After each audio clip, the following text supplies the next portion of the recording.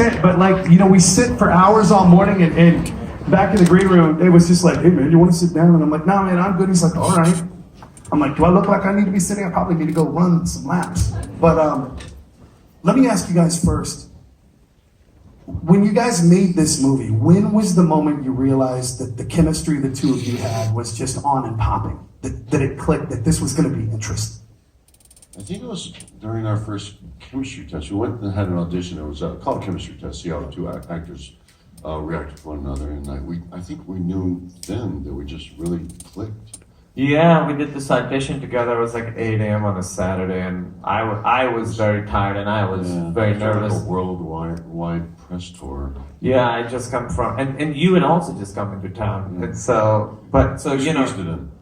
Yeah, the good thing was that even though it's such an awkward situation and you're so nervous, we both were in the same situation and we felt the same way. And I just was such a huge fan of his. I knew I was going to enjoy working with him. I don't know if he would enjoy working with me.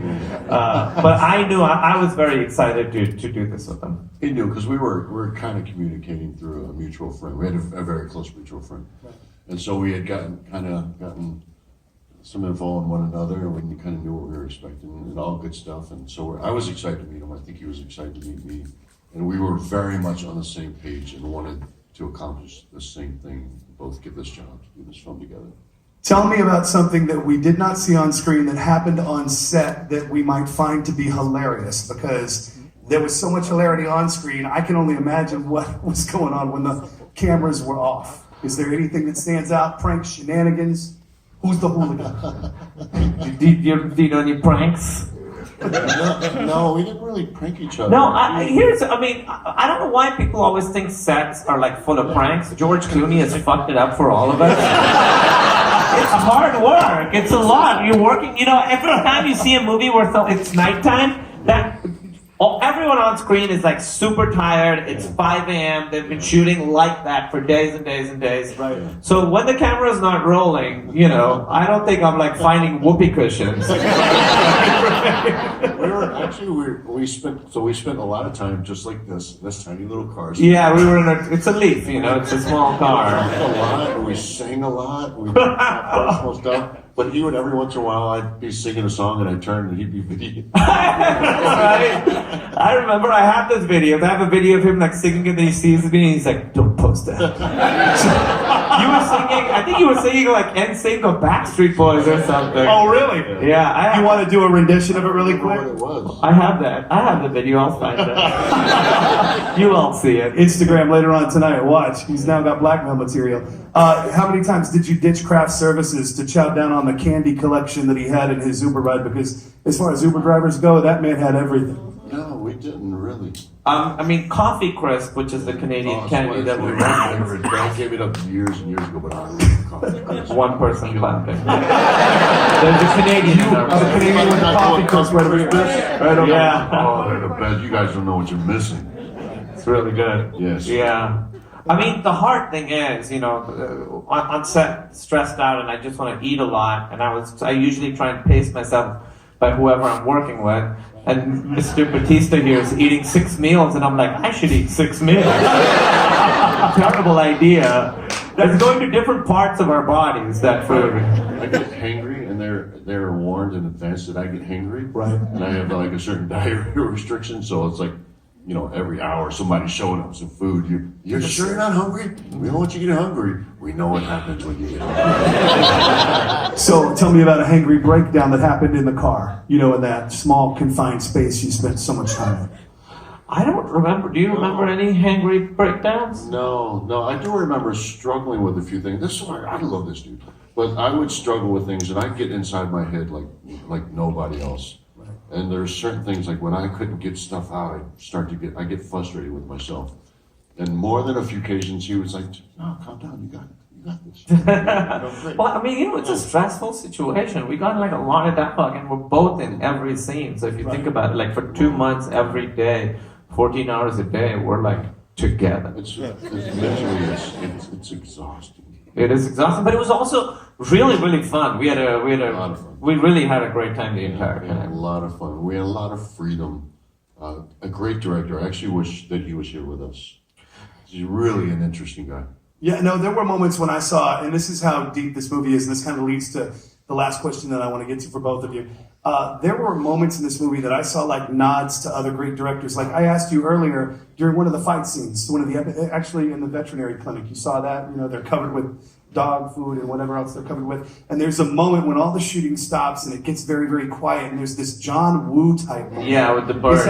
Was that intentional? I'm sure. I mean, they didn't just show up.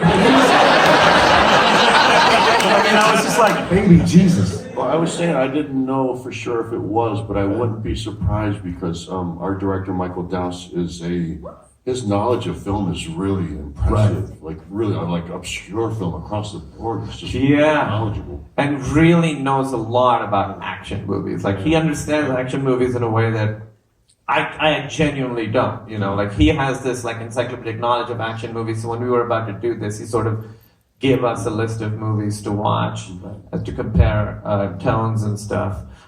So he's he really knew how to shoot it from the beginning, and it was I remember being like, I think we got this. Let's move on. And he's like, no, we got to get this. Dave, tell me something about Kumail that really impressed you when it comes to his depth as an actor, his timing. Yeah, he's about to embarrass him. That's fine. Because people know him from comedy. Right. They know he's funny. But they don't realize how much of a range he has. His dramatic range is impressive. There's actually a scene in this film that didn't make it into the film, and I'm not sure why. There's always pacing things and stuff that are over my head. But there's one scene in particular where we did in this car where his range was crazy, and I was sitting in the car with him, blown away, and he made me emotional about the scene. And I think I got out and made him uncomfortable because I was just, I just wanted to hug him, and I was just moved by his beautiful, his performance was beautiful. It was so emotional, and he made me emotional. This is your night in the desert. Yeah, no, it was way deeper than that. I mean, we went from, it wasn't a comedy anymore. Yeah. This was a full-blown dramatic moment. It was really impressive. But his range is incredible. But not everybody has it. Not everybody has it. And let's reverse the question. What about, here's this guy, his depth and body of work over his career speak for itself. What were you thinking, and what shattered your expectations? I think the way he sang Backstreet Boys was very impressive. No, honestly, I honestly think Dave could truly win an Oscar someday. I'm really not joking. It was really... He has access to parts of himself that a lot of people don't, and I know that sounds vague, but I think he can get to places emotionally very quickly because he's a very sincere, very kind, very open person. He's always he really wears his heart on his sleeve. I think if you if you follow him on Twitter or wherever, you see that, and so because of that. As an actor, it makes him very open and accessible, and he's always really present, and that is genuinely, truly, truly very rare. He could do an emotional scene without doing any prep. You would be just talking, and that scene at the end in the hospital when he hugs me and he cries. We were goofing around before that, and I was like, "Don't you want to get in character?" And he was like, "I got this," and I was like, "Okay, here come the makeup people with the tears." No, that was him. Right. He just hugged me, and he hugged me, and he's a big guy, and it was like a mountain, and then I could feel him shaking, and then I couldn't see him, but I could hear him, and then the yell cut, and he pulled back, and it's just tears rolling down his eyes. Wow. It was really, really amazing. And that gets to what I wanted to, my last question before I turn it over to you guys. This film, I really feel shatters expectations. I think that there are times in this industry where we try to put you in the comedy box or you in the action genre box.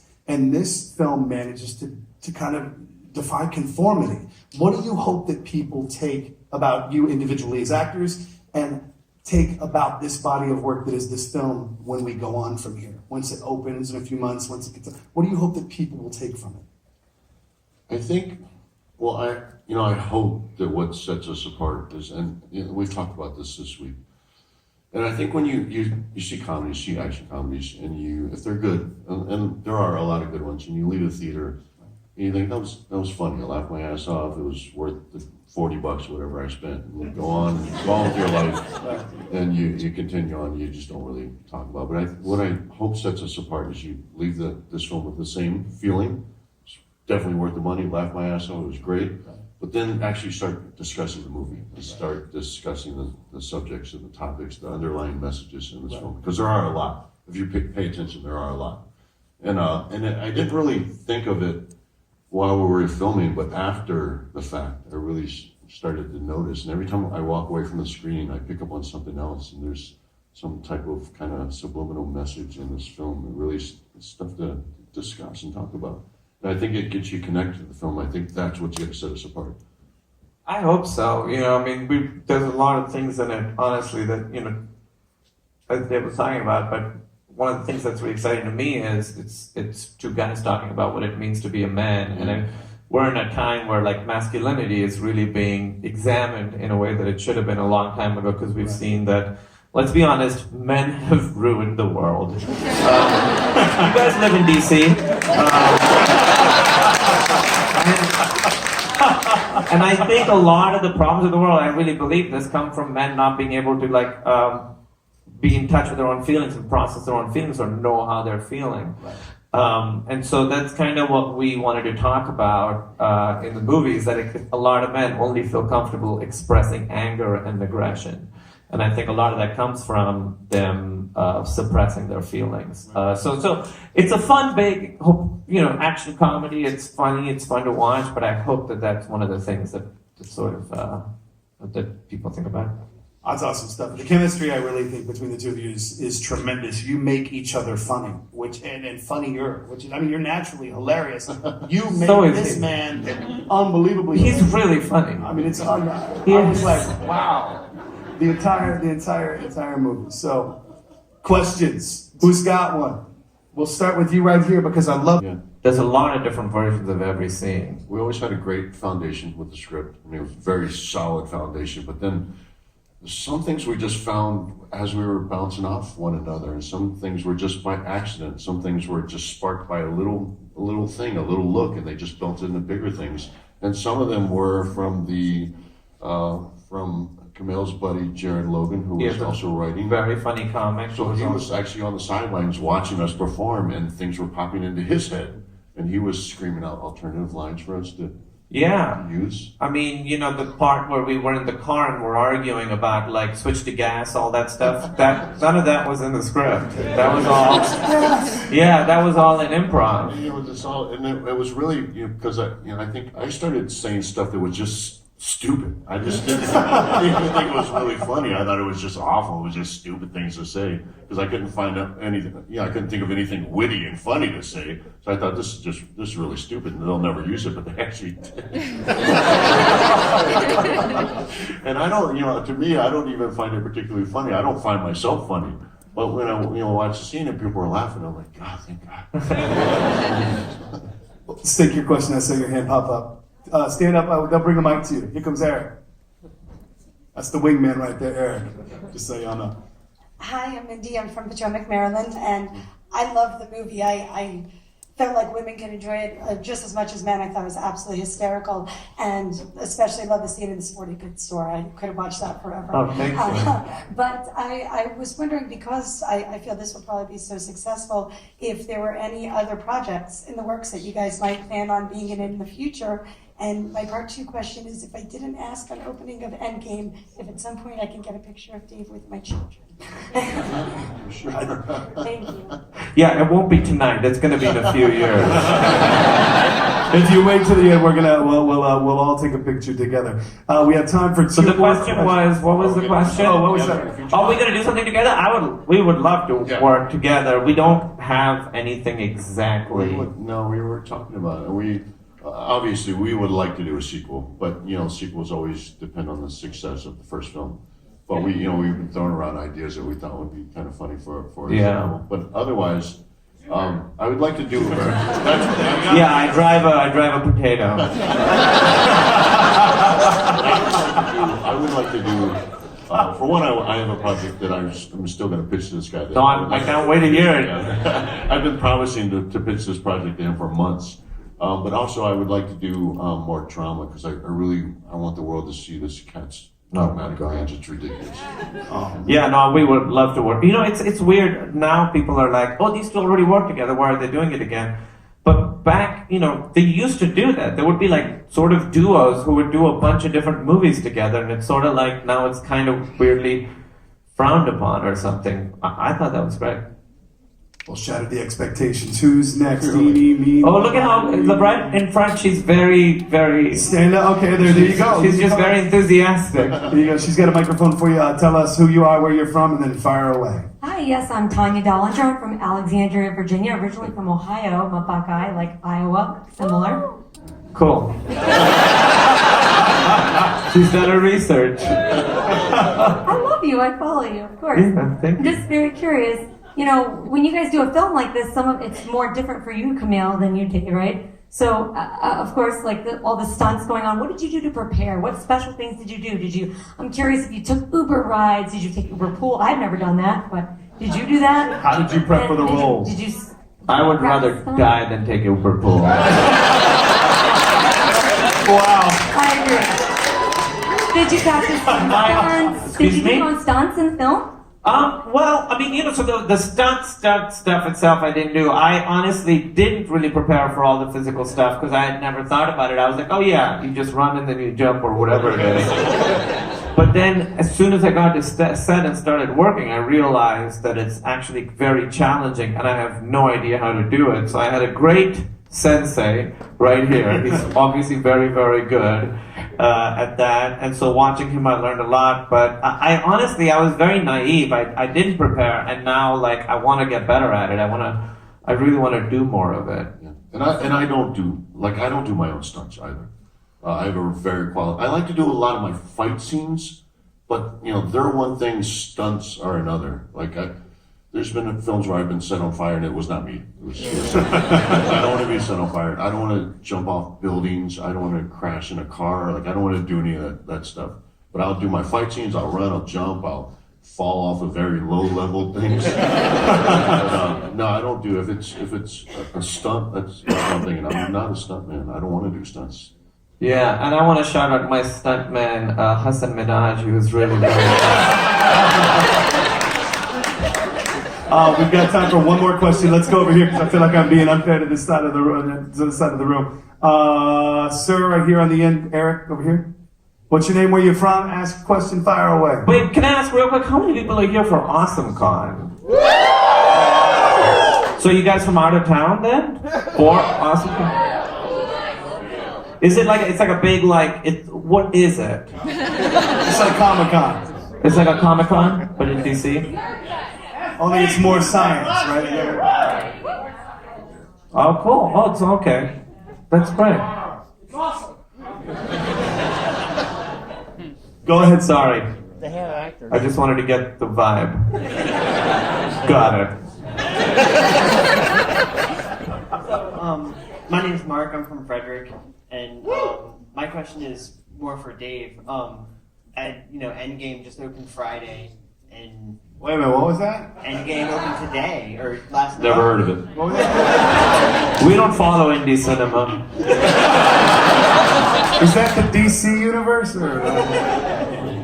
So how does it feel coming off of something like that to now you're here doing a premiere for a movie that doesn't come out until like July?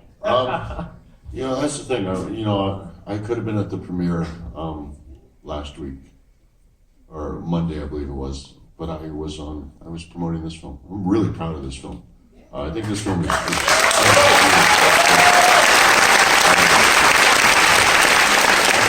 proud to be a part of that world, but if we're being honest here, the Avengers, I'm a bit removed from it. No, it's not that. It's not as special to me as Guardians. Guardians is like family to me. The Avengers are like the relatives you have to see at the family reunion. Thanksgiving, fucking Thor is coming on.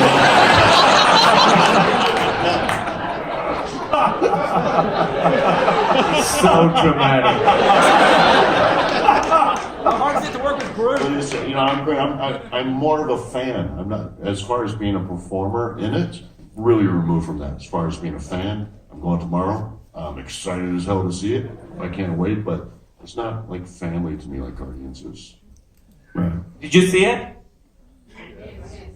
Oh, you see it. All right. Well, don't spoil the end game then. All right, let's move. Guys, that was our last question. It has just been a very cool thing to be on stage with the two of you, and it's been a very cool thing to see the two of you interact because, like I said, this is a movie that smashes expectations. Whatever you thought you were going to come in here to see, you left with something completely different, and I think that says a lot about the two of you individually as actors and collectively with this body of work. I think that you should both be very, very proud that this is now a part of your IMDb page forever and ever. Amen. Thank you. Thanks for coming. This is their last stop on the promo tour. After this, they get to go relax. They want to take a picture of this moment, almost like a selfie, but it's not a selfie. So the guys want to take a picture with all of you in the background. So remember how we were all crazy earlier, making a lot of noise like it's Friday night, we're in the club? Let's stand up. Let's stand up and let's get loud. Everybody, I'm going to come down here too. The guys want to remember this moment forever. So everybody, put your hands up, put whatever you got up, show off your shirt.